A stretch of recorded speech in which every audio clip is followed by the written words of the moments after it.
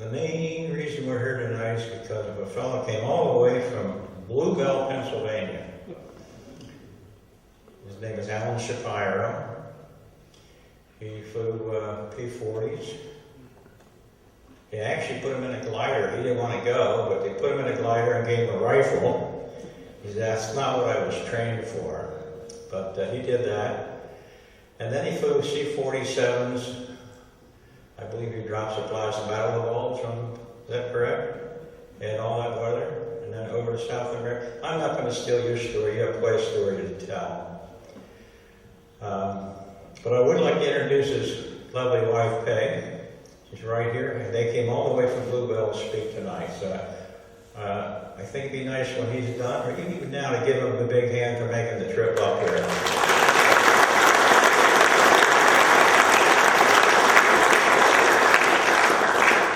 Told you I'd make you blush, didn't I? Ladies and gentlemen, I give you Alan Shapiro, P-40 pilot, World War II.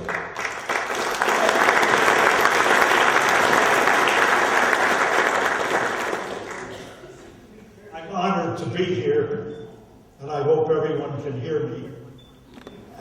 Good. I'm 94 years old, veteran of World War II.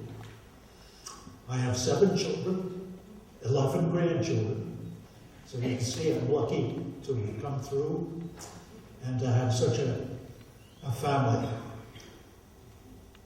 My interest in flying began in the 5th grade. I was 10 years old. And I brought with me tonight just my 5th grade scrapbook on airplanes. This is a United States fighter of 1935. And what I wanted to show you tonight is why I became a fighter pilot and then transitioned into gliders and then into C-47s. But it started in the 5th grade, and there was an oil company at the time that some of you may remember called Richfield Oil. And Richfield Oil had a certain promotion. They had started a flying club for youngsters. And I became a member, let's see if this is, of the Richfield Jimmy Allen Flying Club. Now this is, there you go. The Jimmy Allen Flying Club would teach us how to fly. Now, what a thing for a 10-year-old kid. And so this is actually the blueprint that was sent to me to teach me how to fly an airplane. And I will just point out a couple things here.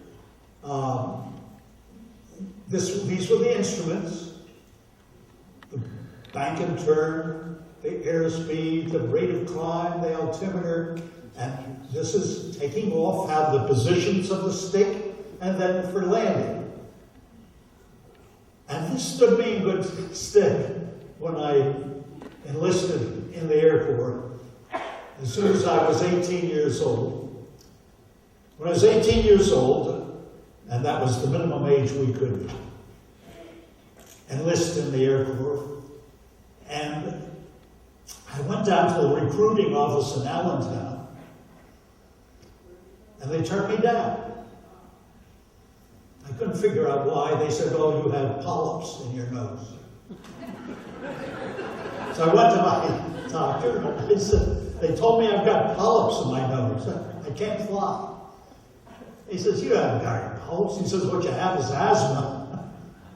Oh, he said, well, they won't accept me if I have asthma. He says, well, lie. So I lied. And I went down to the Customs House in Philadelphia and enlisted and was accepted. Now, here is an interesting thing.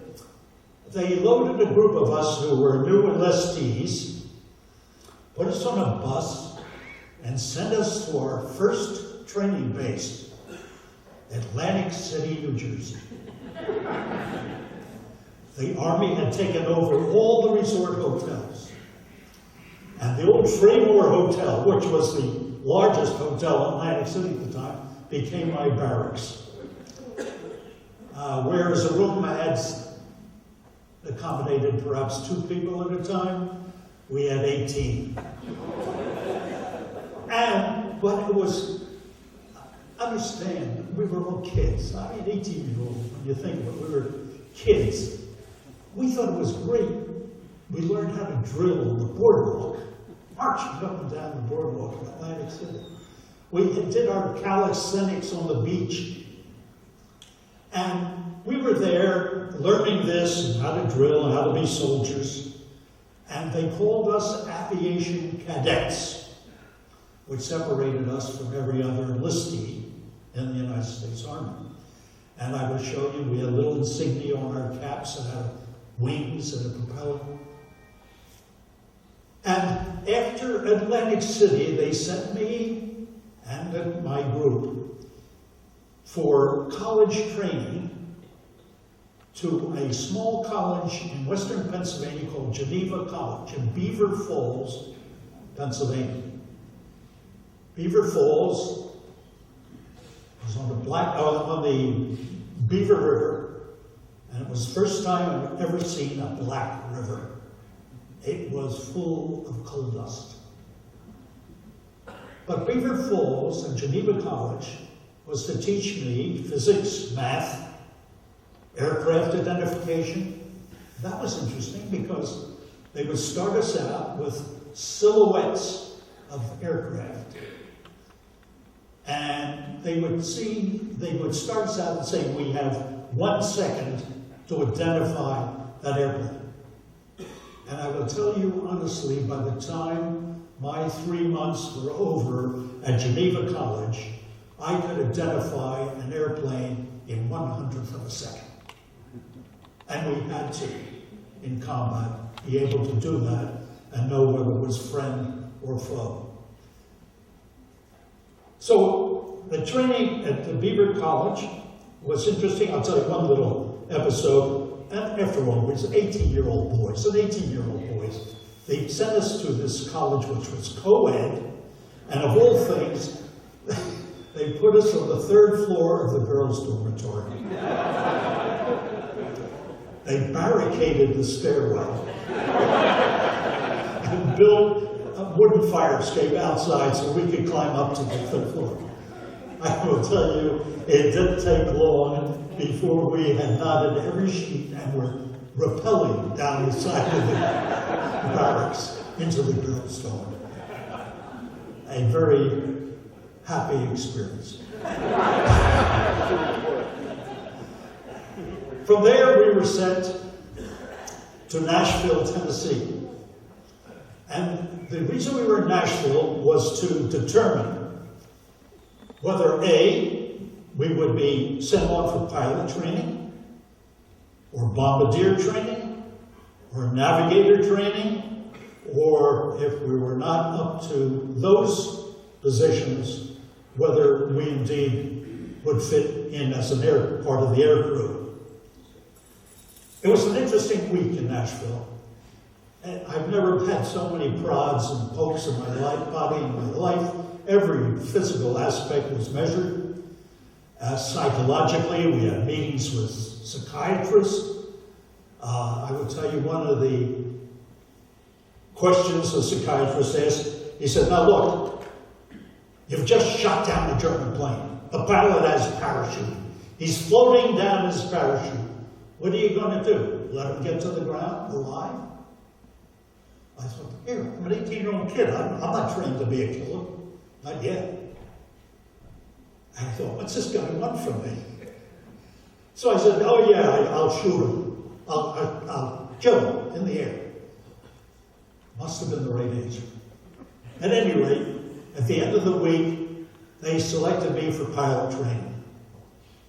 So first stop was Maxwell Field in Montgomery, Alabama, where we did pre-flight. Once again, a lot of study, learned a lot about weather. We learned a lot once more about physics and math. A very stringent academic program. After that, they sent me to primary flying school. I must tell you, let me take you back a minute, the Geneva College. At Geneva College, none of us had ever been in the air before. We had no idea what flying was really like. And so at Geneva College, they decided they would give us our first taste of flying. And they sent us to Allegheny County Airport, that's what it was called in those days in Pittsburgh. And I was put in a Piper Cub, which is just a little two-seat aircraft, top, high wing, with the civilian instructor in the front seat, and I was in the back seat. I think I have a picture of me in that. Let's see here. Let's see. There I am. I'm in the front seat. And he takes me up into the air. My first time in the air. I was excited. And he gets up in the air, and he says to me, "Have you ever flown?" And I said, "No." "Well, I'm a member of the Jimmy Allen Flying Club." So he says, "What's that?" He says, I said, "He taught me how to fly." He says, "Oh, yeah?" He says, "Turn me to the left." Well, I knew from my blueprint to turn it to the left. Just put the stick this way, and you put your rudder in this way, and the airplane would turn. So I did that, and turn. My God, I was flying. Then he says, "Turn to the right." And I did the same thing with the other foot. And he says, "Where'd you learn to fly?" I said, "No." I said, "Jimmy Allen Flying Club." And so he said, "All right." He says, "All right, let me show you what flying's all about." And with that, he goes into steep turns and this, that, and other thing. And my stomach is beginning. And before long, I whooped all over the interior of that airplane. I would say that was the only experience I ever had of throwing up in an airplane. But as soon as we landed, I said, "Well, what happens now?" He says, "Well, you clean it up." So I had to get a bucket and mop and clean up the whole airplane. Anyway, so to get to primary flying school. Let's see here. These are three of my friends. We were all aviation cadets at that time. There they are. There you see the insignia, the little wings on the cap. That signified we were aviation cadets. Long time. First we flew what was called the Spearman. It was a PT-17. It was a biplane. Two wings, two seats, open cockpits. Instructor in front. And here we had, once again, civilian instructors. And Americus, Georgia, I learned this after the war, was just adjacent to what had been the most infamous prisoner of war camp of the Civil War, Andersonville, in Georgia. So we pulled into, let me tell you this, we pulled into Americus, Georgia on a train, and we're looking out the window, and we see this plane coming, going, wah, wah, wah, wah, wah, wah. Boom! We go, whoa! What's that? And I said, well, that looked like a spin. And as we came into camp later that night, they brought this charred wreckage. And that was our first exposure to what could happen in flying. They were very careful. We had about 4 hours of training in takeoffs, landings. The British used to call this, instead of takeoffs and landings, used to call it circuits of bumps. Because, as training, when you first trying to learn how to land, boom, boom. And we gradually learned how to fly an airplane. We learned how to stall it, how you control it. We learned how to turn it. We learned to do elementary banking, and we became familiar with this kind of thing. They taught us dead reckoning and navigation. But I'll tell you one thing. They're very stringent about what you did with the aircraft. And in the PT-17, behind the second cockpit, which was the student cockpit, there was a place to put the tarp that covered the cockpits when it was on the flight line. And it had a little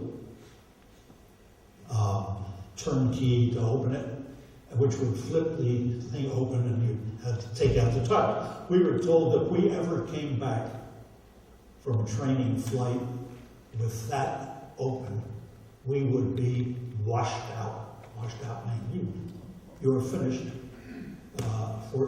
flight training. Well, I'm up there one day, flying solo, practicing my skills and whatnot, and I suddenly noticed that the top to that opening is up. And I can tell you what a foolish 18-year-old does. I thought, well, my God, I can't go back and let this happen. I took off my seatbelt. I put the stick between my feet. I climbed up the back and inched my way back. Any gust of air would have thrown me off the airplane. And I reached back and I was able to close that. But that's, crazy. But I did it, and I got away with it. In primary flight, let me just go through the one thing that is really the scariest thing, is when you try to do your first solo spin. Now a spin is bringing the plane up into a stall, kicking it over, and then just going in this corkscrew down until you take it out. We learned how to get out of this one. Well, normally we would fly the PT-17 maybe 5,000 feet or 7,500 feet. I decided, boy, I wanted to get as high as I could before I was going to try that spin. So I took it up to about 10,000 feet, and then you worry, you take it up to the stall, an aircraft starts to stall and starts to shake, and I kicked it over, and sure enough, there you see the ground just turning and turning and turning. And then, as I was trained to do, I popped the stick, got the opposite rudder in, and came out of the stall. It's from that point on, and any training I did, I was never at a point where I was concerned about anything in flying. We went on, the next step of the way was to go to basic flying school. And in basic flying school, that's what we flew. It was called the BT-13, BT for basic training. Two-seater once again, fixed landing gear. But here, what we had, the only difference was that it was an all-metal aircraft, and we had what was known as a constant speed propeller. Here was really the basis of our training.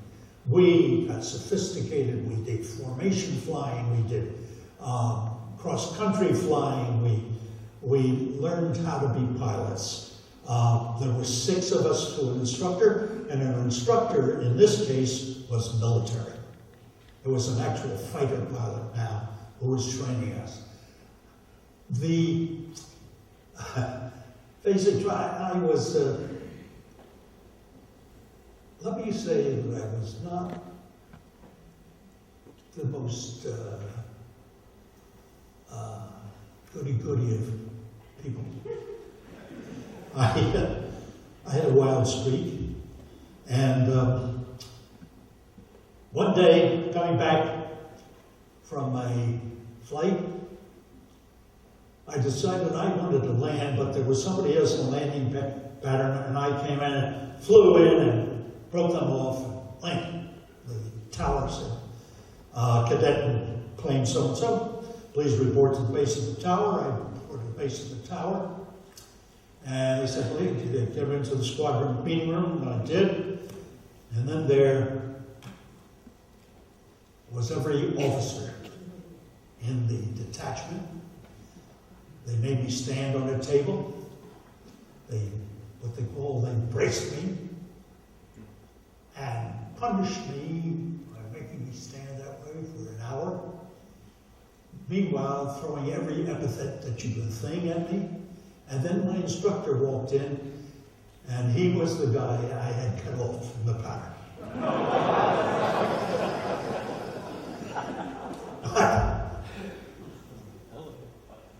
One day he and I were up, and he says to me, all right, Shapiro. He says, give me an Immelman. Well, an Immelman is a maneuver which was first done by a German pilot in World War I whose name was Immelman. And where would you come up and then turn over and go the opposite way? Well, so I get up and I go, I'm going to tell you, I'm left-handed. So I pull up, go over to a Immelman to the right. He says, son of a gun, that was good. He says, do it again. So I went up, I did an Immelman to the right. He says, wait a second. He was in the back seat. He gets up, looks over my shoulder. He says, you son of a bitch. I said, what? He says, you're left-handed. I said, yeah. He said, well, then give me an Immelman to the left. Well, that was a different story. I was all over the sky. Apparently, the tough thing for a right-hander is to do one to the right. And I got away. Well, I did it with him. But at any rate, he and I became the best of buddies. He was a good guy. From there, I went to advanced flying school. Is there a question? I just wanted to mention that that's a Valiant, correct? I think that it wasn't called that then. Yeah, that's a Valiant. It was called a bummer at the time. It is not an easy flying machine. But in advanced flying, where we had what is called the Texan, I think, the AT-6, Advanced Trainer 6. I don't know that I have a picture of that, but that was that's me, based in Greenwood, Mississippi, and then here we are with the flight instructor. He was my instructor, a good guy. I have this here only because he was my flight buddy, who after the war became a priest. And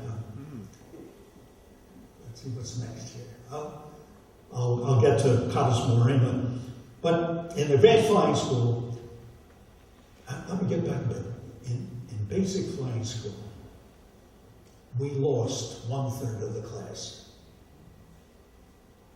Accidents, getting lost in night flying. 3 planes were practicing formation flying and flew into one another. It was not unusual in those days that you would lose a lot of your class. 18 in the advanced flying class, we were practically fighter pilots. We trained, we did mock air battles, we did that aircraft was practically a fighter.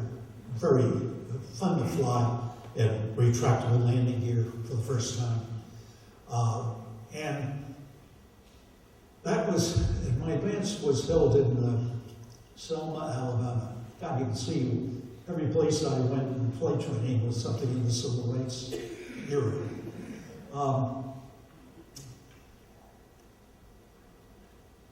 One day, I had flown cross country to a field in Arkansas from Greenwood. This was from Selma. And I saw it, and on landing, my wingtip touched the ground. Well, that's a no-no.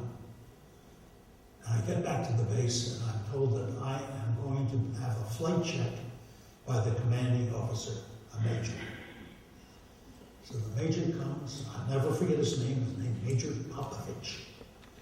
And Major Popovich says, all right, you fly, I'm going to see what you can do.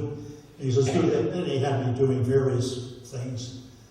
Okay, and then he came to the landing. And in landing an airplane, usually there's a pattern that you follow, and there's what we call the downwind, the crosswind, kind of the final flight coming in. And we get to the downwind pattern, and he says, "You see that spot on the field?" He said, "I want you to hit that spot." Which meant he wanted my wheels to touch down exactly at that spot. That's precision flying.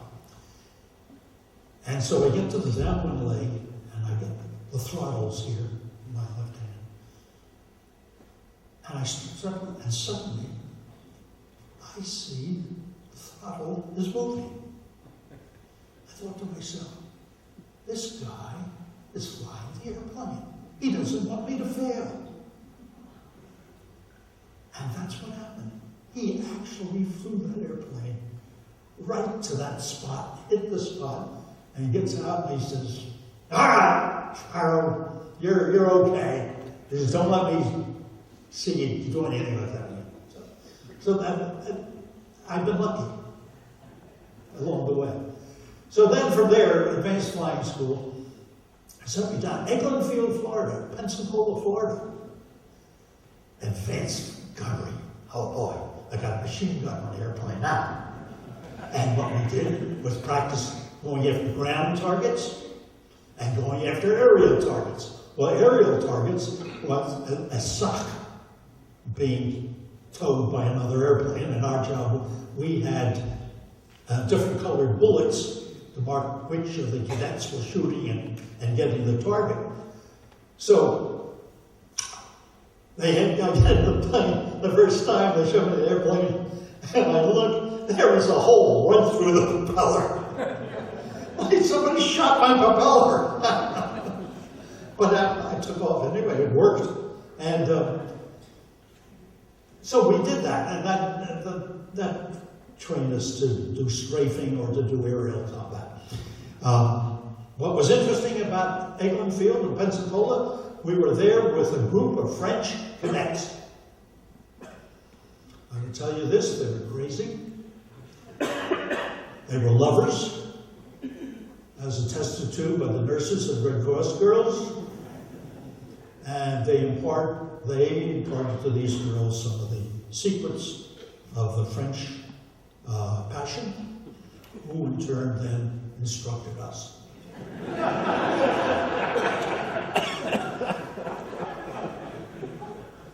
From there, okay, so August 1st, 1944, I graduated, big graduation ceremony, got my wings, got my second lieutenant bars, and I was in.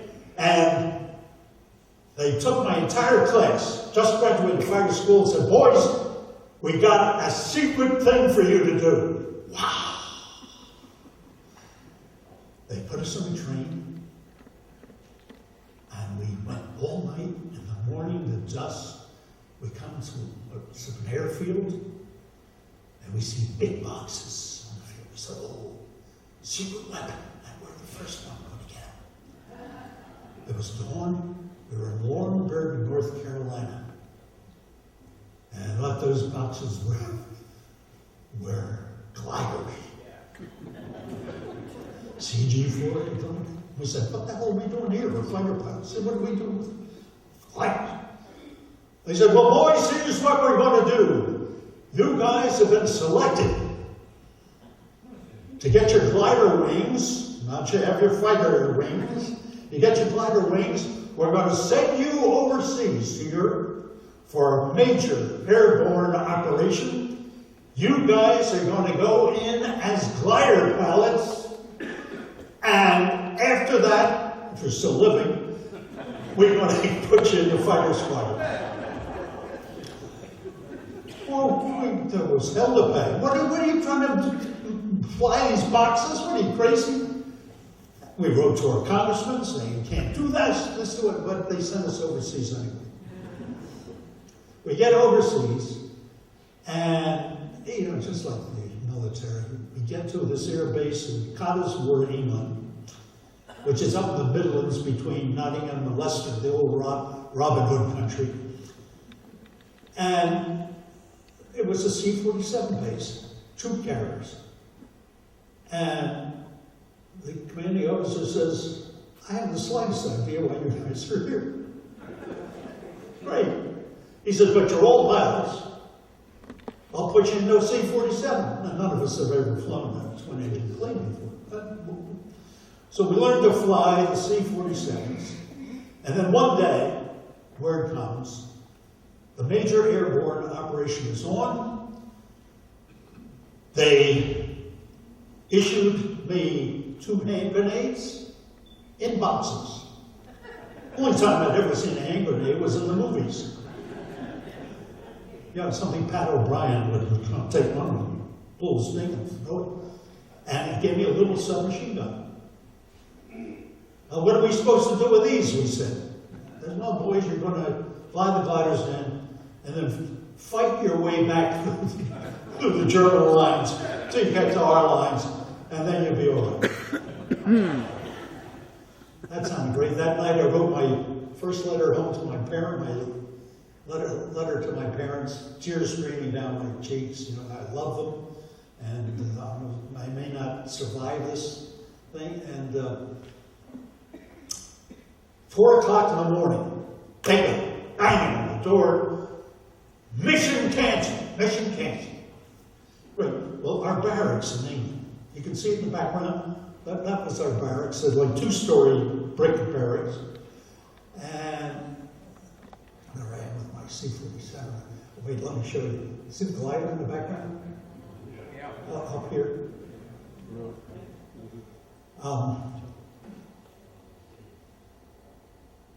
Yeah, there's the glider right there.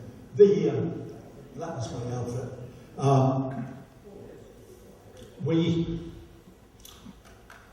We were right across the way. There was an English shepherd's field right across from our barracks. And as we woke up at dawn, we saw a covey of quail tootling across the field. And from every window in the barracks came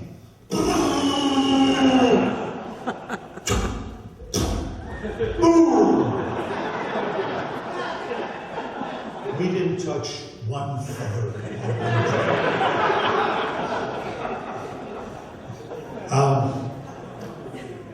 I stayed in Cottesmore. We flew operations.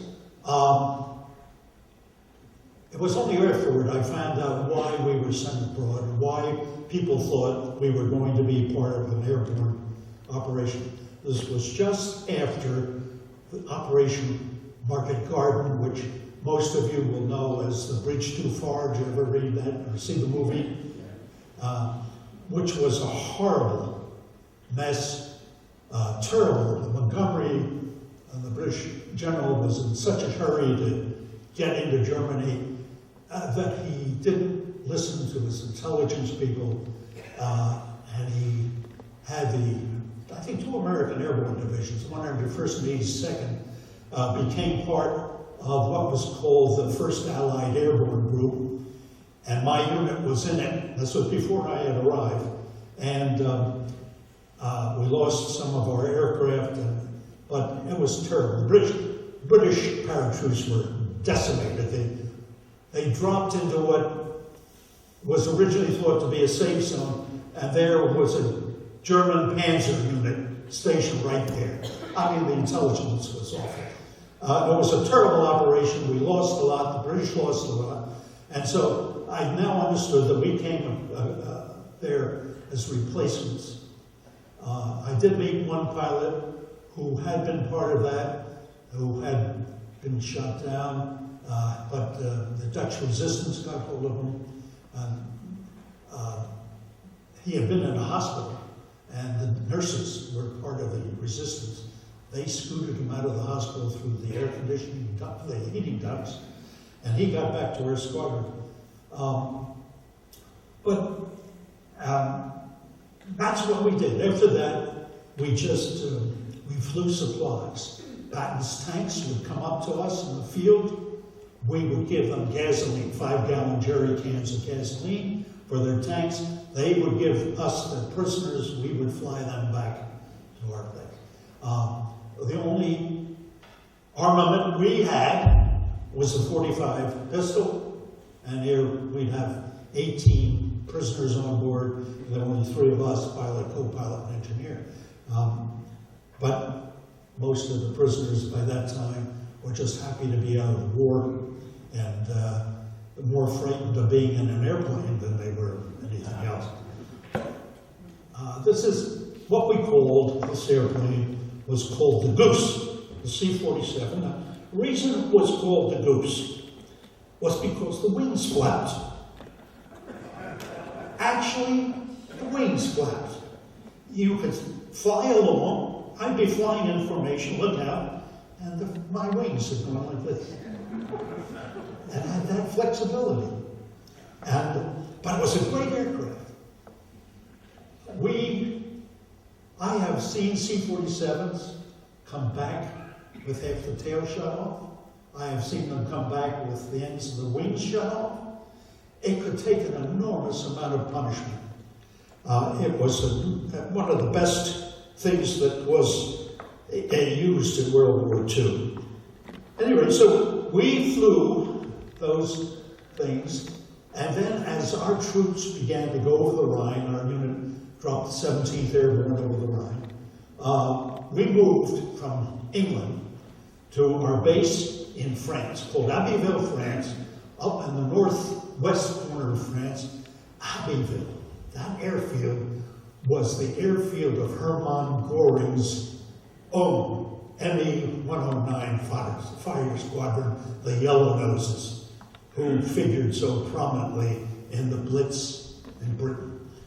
And so we took over that air base. We took it over. There was still food in the mess, still warm. There was a Volkswagen in the parking lot, which we commandeered.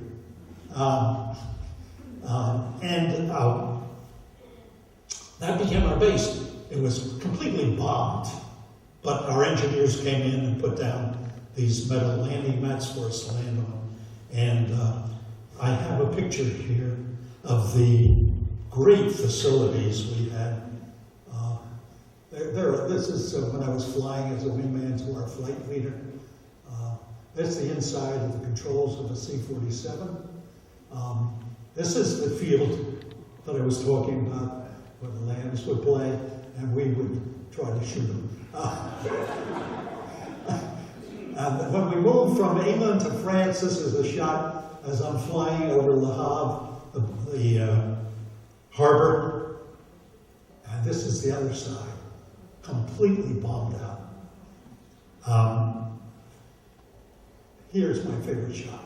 Can you see this? This is the Eiffel Tower, right there. That's my wingtip.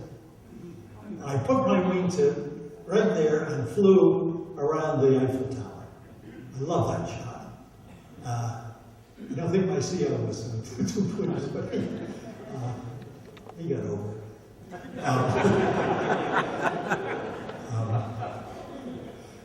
This is my barracks in France, the tents beside the runway. Do I have that? This is the inside of the tent. Notice the luxurious accommodations. This is one of my roommates asleep. His feet. There's another. That's one of my time. Nick Minotti was from New York and was a crooner in the Franks, and he would entertain all of us with his crooning. See what I have here. We had to go somewhere in France, and they put us in these 40 and 8 boxcars, which were holdovers from World War I, and were also used by the Nazis to bring people to the extermination camps. That's the first. Here I am on a squadron mission over Germany. God, you can see some of the pock marks and bombs down below. After the war then ended in Europe, and we knew that we were going to then be sent to the Pacific.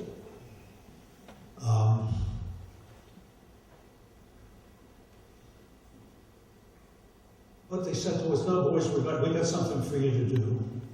Oh, I must have, before this happened, about 3 months before the end of the war, word came down, all right, all you ex-fighter pilots, we're going to send you now to the fighter squadrons. My commanding officer says, look, guys, I'll do it the fairest way I can. We'll draw straws. I lost. I did not go to a fighter squadron, but I had the following adventure happen. They sent my group down to Brazil. We were one of the first Allied groups to come out of Europe. And went down to Brazil. We went on a U.S. General class troop carrier out of Europe down to Trinidad, and from Trinidad down to Brazil. And we were part of what was called the Operation Green Support, which was designed to bring high point men, people who had been in Europe the longest, bring them home the fastest via air by flying from Europe to Dakar on the western tip of Africa, to Ascension Island in the middle of the South Atlantic, to Natal, Brazil, up to Belém, Brazil on the mouth of the Amazon, up to Dutch Guiana, Puerto Rico, and into Miami.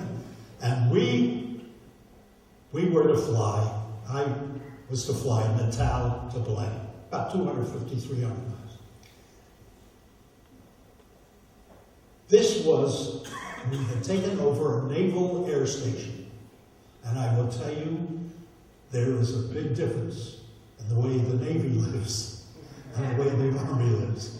We had just come from living in those tents on this muddy field in France, and we get to this glorious naval air station with a theater and handball courts and food. They flew beef up from Argentina, they flew vegetables and fruits in from the States. It was heaven. And we would fly, and so it was called Operation Green Support, which we then called Operation Dirty Jockstrap. And I had one adventure I'm going to tell you about. Am I okay? Just to tell. I would just, one adventure to tell you about. I was called into my CO office, and he says, I have a diplomatic pouch to go down to the American consul in Vitória, Brazil. Vitória is a large port town about 150 miles north of Rio. And my nice CO says to me, he says, look, Shapiro, don't you call in and tell me you've got engine trouble and have to land in Rio. So I take off this plane. Oh, they strap this, they chain this diplomatic pouch to my arm. And I take off and I go down to Vitória, Brazil, land in Vitória. Now, understand, English in flying in the communications and towers, it's international. And even in Brazil, it's all Portuguese. So I get to the tower where I say, where I found the American consul, and he points down this road. I go down there, and I come to this square, village square.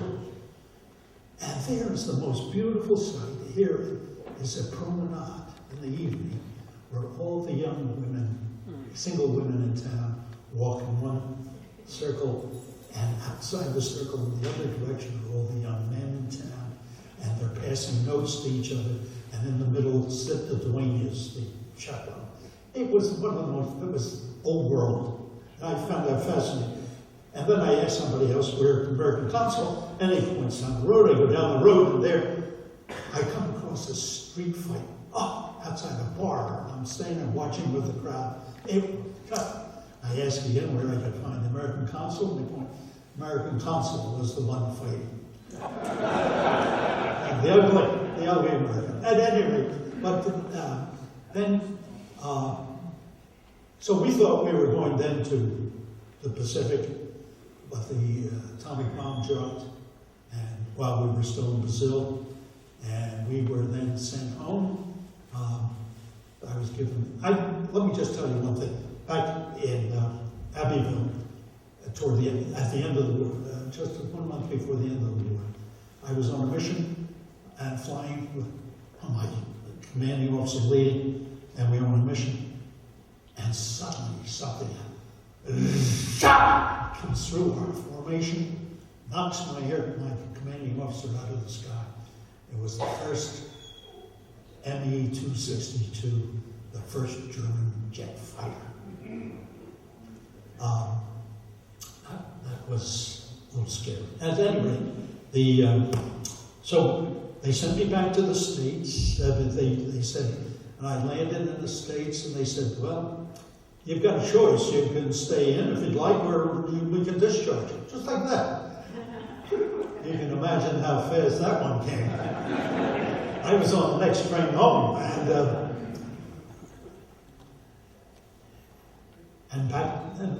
went back. I had left school. I was as a freshman in chemical engineering at Lehigh, and I went back to Lehigh, and by that time I knew I was never going to be a good engineer, and I transferred and studied English and history, and that is the reason why today I'm the president of an advertising agency. So thank you all for listening. If you have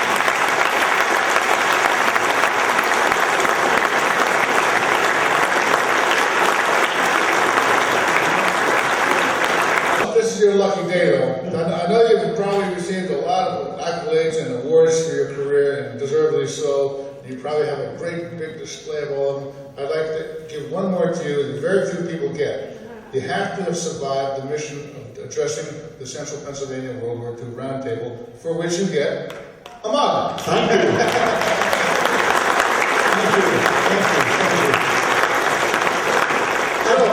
I missed one important thing.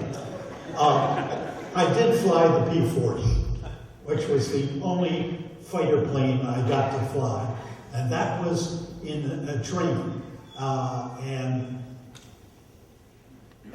what I had always wanted to fly was a P-51. As you know, the P-51 proved to be the finest fighter in World War II. And did you know, I just learned this, that it was designed by the British and built here in America originally. And first with an Allison 1,000 horsepower inline engine. And the Me-109s, the German Messerschmitt 109s, could run circles around it. And then they put a 1,500 horsepower Merlin engine in it, and it became the best fighter in the air. Did you get to fly one? No, I go to every air show trying to get it flying. Keep trying. Okay, I don't suppose anybody has a question for Alan Shapiro. Yes, sir. Build it up. Not more of a comment. You mentioned the 40 and 8 Yes. boxcar. If you want to see a 40 and 8 boxcar, go out to Indiantown Gap. Is that right? It's not that far from here, and you can see a 40 and 8 boxcar. The reason they call it a 40 and 8 is because it would hold either 40 men or 8 horses. 8 horses. That's how it got its name. And there are only a few left here in the United States. One of them is in the Air Force Museum in Ohio. The other one is out in Seattle at the Boeing Museum. I've seen both of them. But the one at Indiantown Gap is all painted up World War I. It's beautiful. And it's on display on the main drag of Indiantown Gap near the we call it the Puzzle Palace, Department of Military Affairs. Thank you. Thank you. You had mentioned flying 17th Airborne late in the war. Was that in Operation Varsity? And if so, could you tell us a little about it? It was over the Rhine. I don't remember the name of it, but we flew the 17th Airborne over the Rhine. It was interesting. I had a good buddy from high school who would lied about his age when he was 16 and joined the 82nd Airborne. And he then had transferred to the 17th Airborne and gave me the news that he was. And he said, we're going to be operating out of Winchester, England, I think. And I couldn't find Winchester on the map, on the squadron map, until after the war. I looked at the map, and there it was. Yeah. Mr. Shapiro, when you were doing the operation over the Rhine, did you take paratroopers in or did you fly gliders? I flew gliders the first time, and no, I never flew paratroopers over. And I will tell you something, those gliders were dangerous, not in the air, but in land, because you're being shot at. You want to get down to the ground as fast as possible. It's the worst possible thing in the world, because then you can't stop it when it gets down around. You're going right into a tree or whatever, and terrible. And let me just tell you, the most horrible thing in the war, if I must say one thing, is to see C-47 with a big tow rope and a ball of fire at the end, knowing that there are 12 to 18 paratroopers on board. It's as we all know, war is not pretty. How well was your C-47 armed? Oh yes, the C-47 was well armed for combat. I had a 45, co-pilot had a 45, engineer had a 45. That was it. And What was your wingspan of that 47? wingspan? I don't know the exact, but it was enough.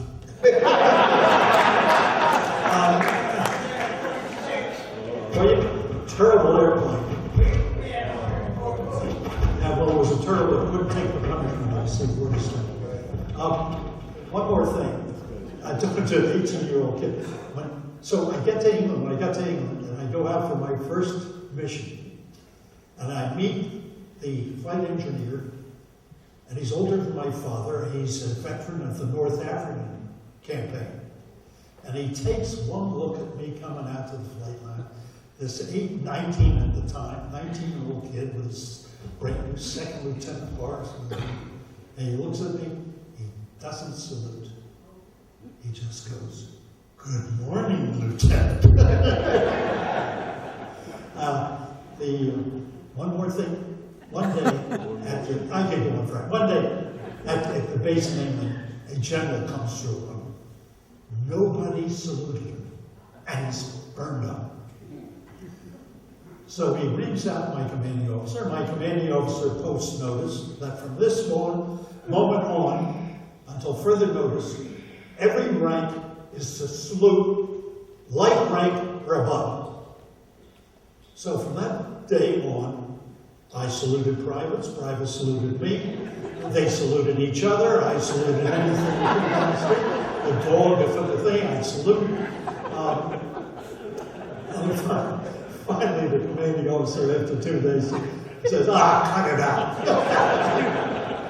We were, in the Air Force, we were very loosey-goosey, as you can tell.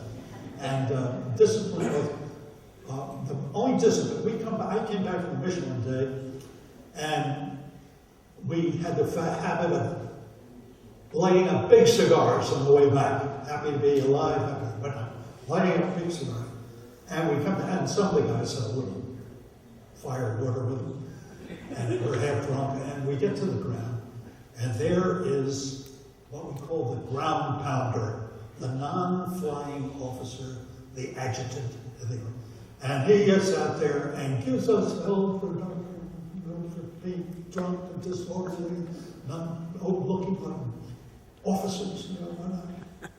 And we got back at him.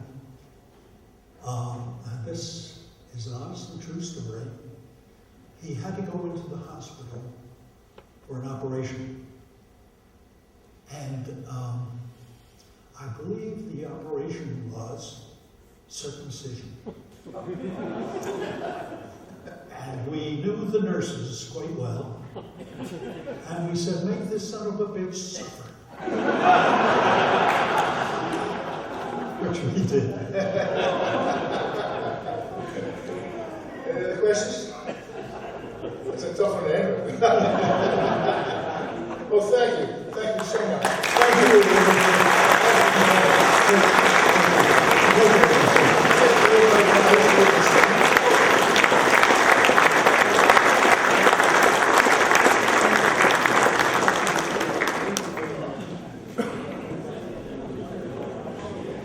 try to do